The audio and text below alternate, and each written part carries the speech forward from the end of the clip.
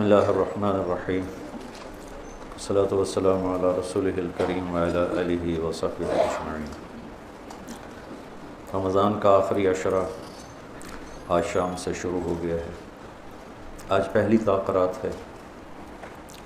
اللہ تعالیٰ نے لیلۃ القدر کو ان 5 راتوں میں چھپایا ہوا ہے۔ پہلے یہ تعیین کے ساتھ مقرر ہو کر آ رہی تھی۔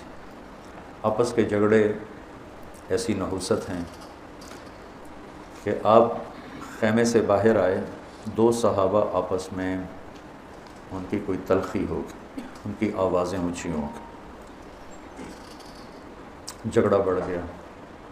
تو آپ نے باہر تشریف لا کے فرمایا کہ میرے اللہ نے مجھے شب قدر بتا دی تھی کہ فلاں رات ہوا کرے گی، لیکن تم لوگوں کے جھگڑے کی وجہ سے اللہ تعالیٰ نے اس کو اٹھا لیا اور چھپا دیا، اور اب تم اسے تاقراتوں میں تلاش کرو، 21 میں، 23 میں، 25 میں، 27 میں، 29 میں اس کو تم تلاش کرو۔ آپس کا اختلاف صحابہ کا تھا۔ 2 صحابی آپس میں کس بات پہ الجھ گئے پتہ کوئی نہیں۔ بظاہر تو وہ ایک تعیین اور ایک مقرر عدد، مقرر رات اٹھ گئی، لیکن یہ بہت بڑی خیر ہوئی۔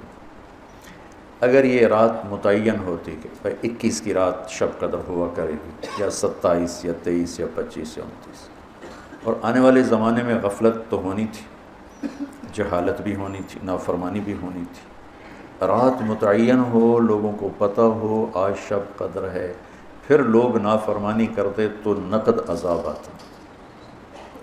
تو اللہ تعالیٰ نے اس چھپانے میں بھی اپنی رحمت کو شامل حال کیا۔ جب ایک آدمی شراب پی رہا ہے، اسے پتہ ہی نہیں شب قدر، کسی کو بھی نہیں پتہ کہ آج ہے۔ ہم تو 5 راتیں چھوٹی انشاءاللہ جا کے، آپ تو ویسے ہی علم میں مصروف ہیں، تو چلو آپ کی برکت سے ایک حدیث بھی یاد آ گئی۔ ابو ہریرہ رضی اللہ عنہ فرماتے ہیں مدارست العلم ساعتاً، دارس یدارس، ایک دوسرے کے ساتھ علمی محاورہ کرنا، یا جس کو آپ تکرار کہتے ہیں۔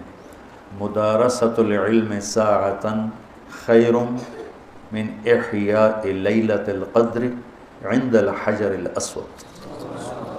اللہ اکبر، تم تو بڑے مالدار ہو جاتے ہیں ماشاءاللہ۔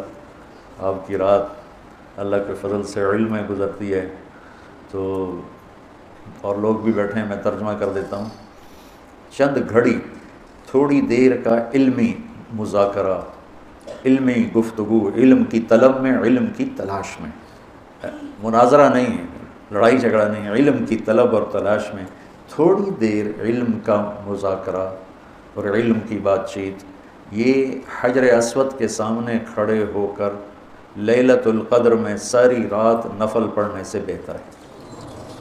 لیلۃ القدر بذات خود خیر من 1000 شہر ہے، ٹھیک ہو گیا، اور حرم کی ایک نیکی 1 لاکھ کے برابر ہوتی ہے، یہ بھی ٹھیک ہے، معلوم ہے، حرم مکہ کی ایک نیکی 1 لاکھ کے برابر، تو یہ رات حرم میں 1 لاکھ راتوں کے برابر ہوگی۔ 1 لاکھ کو 1000 سے ضرب دیں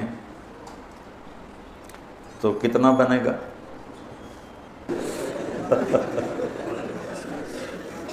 10 کروڑ مہینے بنتے ہیں، 10 کروڑ مہینے بنتے ہیں، 10 کروڑ مہینوں کے سال بناؤ، لاکھوں سال بنتے ہیں، ہزاروں سال بنتے ہیں۔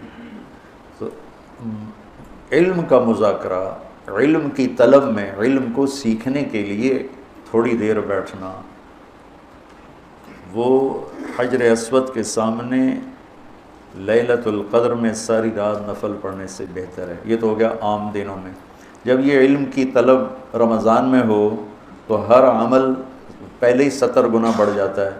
فرض، علم کی طلب تو فرض ہے، تو فرض 70 گنا ہو جاتا ہے، نفل فرض بن جاتا ہے، تو اس کو ملٹیپلائی کرنے کے لیے کوئی کمپیوٹر بھی کام نہیں دے گا۔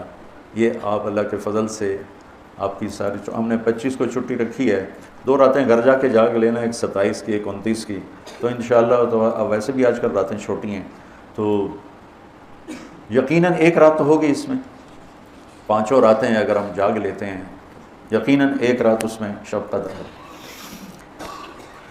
تو اللہ کے نبی شد المیزر ان آخری عشرے میں خوب محنت فرماتے، کمر کس لیتے، اور ساری زندگی اعتکاف بیٹھے۔ آپ نے کبھی اعتکاف نہیں چھوڑا، فتح مکہ پہ چھوٹا لیکن شوال میں آ کے بیٹھے، 1 مہینہ پورا اعتکاف کیا، پھر 20 دن کیا، پھر 10 دن، پھر 9 رمضان میرے نبی کو ملے، 9 رمضان۔ تو ایک میں اعتکاف چھوٹا اور باقی میں آپ نے مسلسل اعتکاف فرمایا۔ لیلۃ القدر کی صرف تلاش نہیں بلکہ اعتکاف اللہ کے در پر پڑ جانا ہوتا ہے۔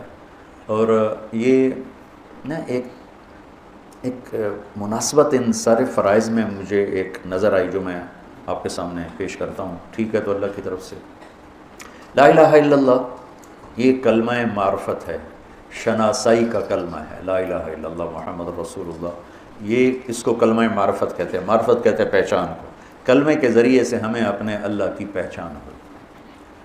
نماز کے ذریعے اس کے اندر تعلق پیدا ہوا، نماز کے ذریعے وہ پہچان تعلق میں تبدیل ہو گئی، روزے کے ذریعے وہ تعلق محبت میں تبدیل ہو گیا۔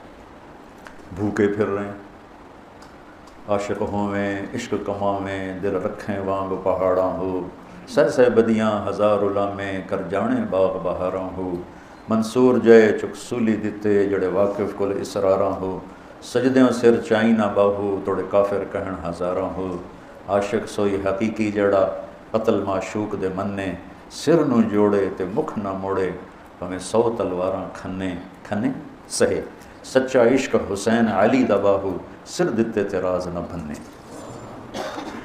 لا الہ الا اللہ محمد رسول اللہ پہچان کرواتا ہے، نماز اس پہچان کو ایک تعلق میں بدلتی ہے، روزہ اس تعلق کو محبت میں بدلتا ہے، اور اعتکاف اس محبت کو عشق میں بدل دیتا ہے۔ اور پھر رمضان کے بعد ہی حج کا سفر شروع ہوتا ہے، پھر عاشق کو ہوتا ہے کہ معشوق کا دیدار ہو، تو احرام عاشقانہ لباس ہے، اور طواف مجنونانہ تلاش ہے کدھر ابھا ڈیکھاں لماں ڈیکھاں، اونچے کوٹھے تے چڑھ ڈیکھاں، ڈٹھی دل کو دیواں ٹیکاں، سجن ملسم کے مر پوساں، خواجہ غلام فرید۔ تیرا کوچ اس بہانے مجھے دن سے رات کرنا، کبھی اس سے بات کرنا، کبھی اس سے بات کرنا۔ تو مطاف کوچہ محبوب ہے، اور یہ کلمے سے سفر جو شروع ہوا تھا یہ اعتکاف پہ آ کے والہانہ عشق میں بدلا، عشق نے پھر اس کو گھر سے نکالا، اس کو کپڑوں سے نکالا، اس کو زیب و زینت سے نکالا، اور اس کو بیوی سے نکالا، بچوں سے نکالا، راحتوں سے نکالا، تیل کنگھی شیشہ سے نکالا، اور بس صرف عاشق اور مجنوں بن کر یہ ابل حب ان یخفا وکم قد کتمتہ فاصبح عندی قد اناخ وطنبا اذا اشتد شوقی ہام قلبی بذکرہ وان رمت قربا من حبیبی تقربا یبدو فافنا ثم احیا لہ ویسعدنی حتی الذ واطربا۔ یہ ایک لڑکی طواف کر رہی تھی، اور یہ ہے طواف کا یہ ہے موضوع، کدھر ہے دیکھو نا، نماز لگتا ہے عبادت ہو رہی، یہ ایک درس کا حلقہ ہے، لگتا ہے کہ ایک عبادت کی ایک شکل ہو رہی ہے، قرآن کی تلاوت عبادت ہو رہی ہے، ٹھیک ہے، سجدے میں پڑا ہوا عبادت ہو رہی، طواف کو عبادت لگتا، طواف تو ایک مجنونانہ پھیرے لگ رہے ہیں، یہ اس 3 شعروں کے صدقے میں طواف ہے۔ اسماعیل فرماتے ہیں کہ میں طواف کر رہا تھا تو ایک لڑکی بدو یہ شعر پڑھ رہی تھی، بہت میں نے محبت کو جھٹکا، پر اس نے ڈیرے ڈال دیے، خیمے گاڑ دیے، تنابیں کس دیں اور رسیاں کھینچ دیں، اور میرے سارے وجود کو اپنے عشق میں ڈھانپ کے رکھ دیا۔ اس کا نام آتا ہے میں بے قرار ہو جاتی ہوں، اس کے لیے تڑپتی ہوں، مجھے زیارت کراتا ہے میں مر جاتی ہوں، پھر اس کے عشق میں دوبارہ زندہ ہو جاتی ہوں۔ اب اسماعیل جیسا علامہ اور فصیح وہ لڑکی، تجھے شرم نہیں آتی؟ حرم میں ایسے شعر پڑھتی ہے۔ اس نے کہا لولت تو قالم احجر عن وسنی، اسماعیل غلط نہ سمجھنا، یہ میرے رب کا عشق ہے جس نے رات کے اندھیرے میں مجھے یہاں پہنچایا ہوا ہے۔ پھر وہ کہنے لگی کس کا طواف کر رہے ہو؟ اسماعیل کہنے لگے بیت اللہ کا. تو وہ زور سے ہنسی, سبحان اللہ, اور یوں آسمان کی طرف منہ اٹھا کے کہنے لگی واہ میرے رب, کیسی تیری پاگلوں کی دنیا ہے جو تجھے چھوڑ کے پتھروں کا طواف کرتے ہیں. اسماعیل کہتے میں بے ہوش ہو کے گر گیا, اور جب مجھے ہوش آیا تو لڑکی جا چکی تھی. تو یہ ایک ترتیب میرے ذہن میں بنی کہ حج پھر اس کی انتہا ہے کہ مجنون نہ جوئیں نہیں مار سکتے, کنگھی نہیں کر سکتے, خوشبو نہیں لگا سکتے, بیوی کو نہیں دیکھ سکتے, کرتا نہیں پہننا, شلوار نہیں پہننی, 2 کپڑے کفن کی طرح لے کر آؤ, اور اپنے سارے انداز مٹ جانے, مر جانے, اپنے آپ کو تج کر جانے کے سارے انداز اپناؤ. اس کا نام حج ہے. ای الحج افضل قال العج والثج, سب سے اعلیٰ حج کا شور مچانا. اللہ تعالیٰ کہتا ہے ادعوا ربکم تضرعا وخفیا, مجھے پکارنا ہے تو آہستہ آہستہ پکارو اور دھیمے دھیمے پکارو. اور جب کہتا ہے حج پہ تو کہتا ہے زور لگاؤ, پاگلوں کی طرح کہو لبیک اللہم لبیک, پاگلوں کی طرح کہ نظر آئے کہ عاشق آ گئے.